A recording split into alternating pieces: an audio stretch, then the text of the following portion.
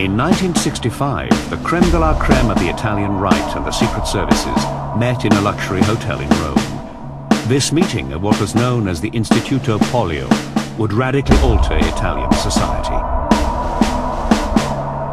It wasn't just far-right extremists there, but also political scientists, researchers of Revolutionary War, and officials of the Chiefs of Staff. So there were many who believed that you needed to take preventative action against communism with all means available.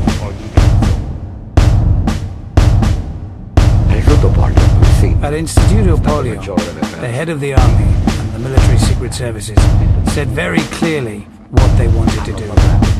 They spoke of the fourth dimension of war.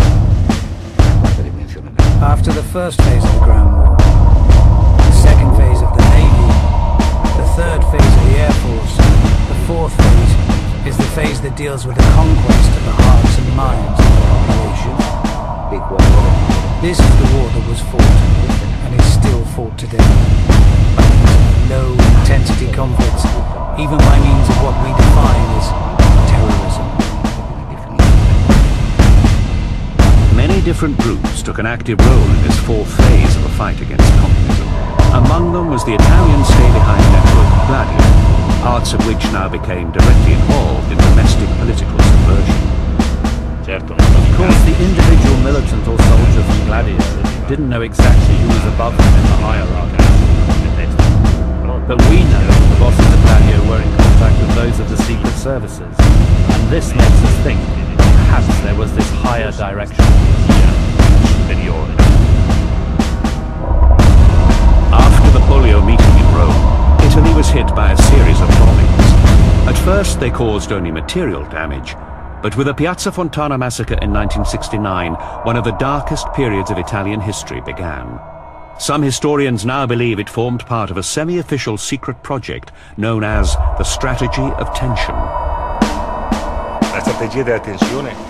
The strategy of tension was a complex phenomenon in which the various figures operating didn't have the same objective. There were groups from the extreme right who really wanted to destroy the democratic system with a coup. Alongside them were military commanders, parts of the secret services, and conservative forces in general, who were using this first group. Rather than a full-blown coup, they wanted a stabilization of the institutions of power. Destabilize the public order, to stabilize the political order, and justify a repressive intervention that would be welcomed with relief by the population. People want to live in peace. They don't want to walk into a bank or get on a train and die because of a bomb put there by some unknown killer.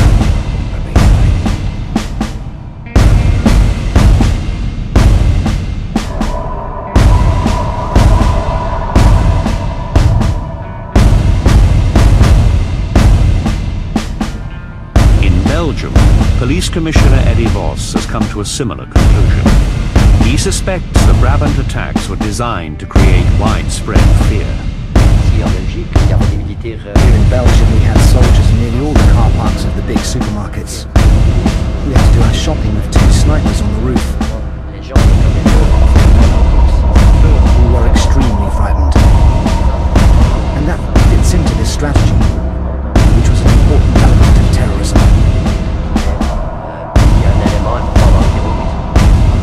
Belgium was scared. Once fear has been instilled in a population, you can make them do that. The Brabant killings in the 1980s took place at a time of political unrest in Belgium. Tens of thousands of demonstrators had taken to the streets to protest against US plans to station new nuclear rockets on Belgian soil. It was a very troubled period in Belgium. We had hundreds of thousands of people on the streets demonstrating against the installation of missiles, and not everyone was happy with that. People realized that Belgium was the slack belly of NATO, and we had to prove to the American Big Brother that we were serious.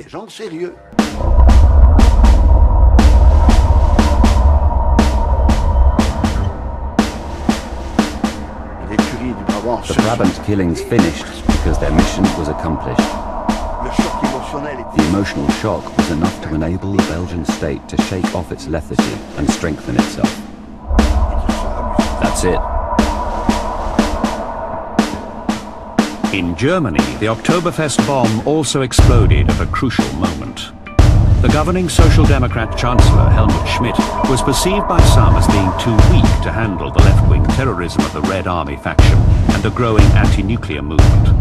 According to press reports, elements in the Secret Service were determined to bring hardliner Franz Josef Strauss to power.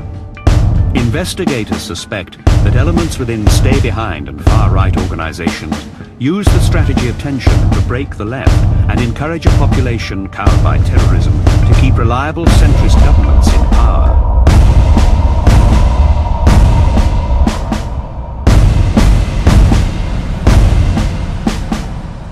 While investigating the Piazza Fontana bombing, prosecutor Guido Salvini established the involvement of Carlo Di Giglio, a terrorist with the far-right paramilitary organization Ordine Nuovo, and an informant for US Naval Intelligence.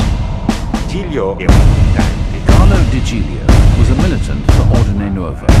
He dealt with the logistics side of things. He was a weapons expert and a central figure. He regularly visited US bases such as the one in Verona.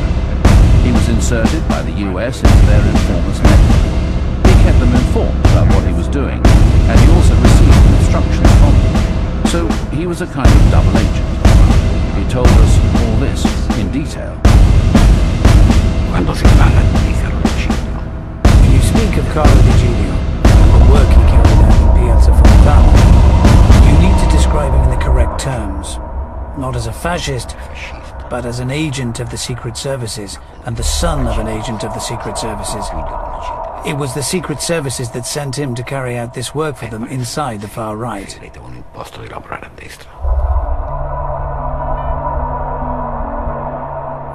Di Giglio reconstructed for us all the stages that led up to the Piazza Fontana. He told us about a cottage where he prepared the bombs, and he told us bits about Piazza Fontana. But not everything, because as a technician he observed the preparation of the explosives, but he remained behind when the car with the bombs started its journey to Milan.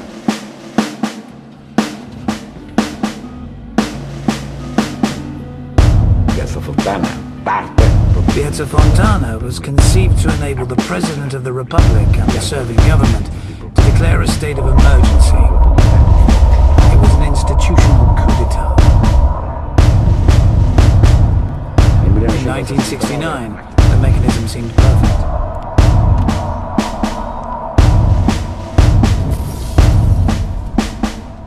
Immediately after the Piazza Fontana bombing, a left-wing anarchist, Pietro Valpreda, was blamed. Valpreda was arrested by us and identified. But the public did not buy this theory and suspected a cover-up. For 3 days the country ground to a standstill. But the Italian president did not declare the state of emergency that Vinciguerra and his comrades had hoped for. Yet this was not the end of the strategy of tension.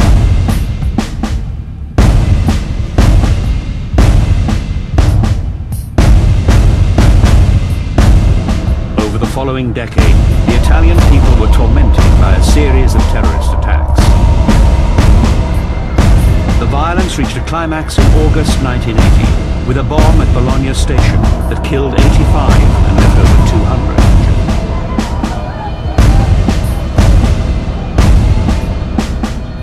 Convicted terrorist Vinciguerra believes that ultra-right groups such as his own were manipulated by the state.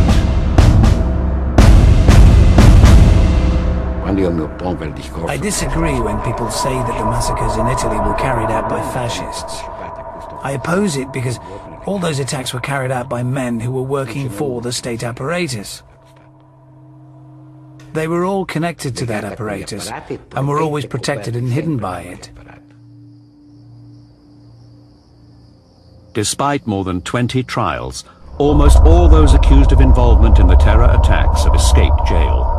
Men like Gianni Maletti, a leading agent in the Italian Secret Services, who was convicted of protecting Ordine Nuovo terrorists, but fled to South Africa before serving his sentence. Or Delfo Zorzi, who is believed to have planted the Piazza Fontana bomb and who now lives in Japan.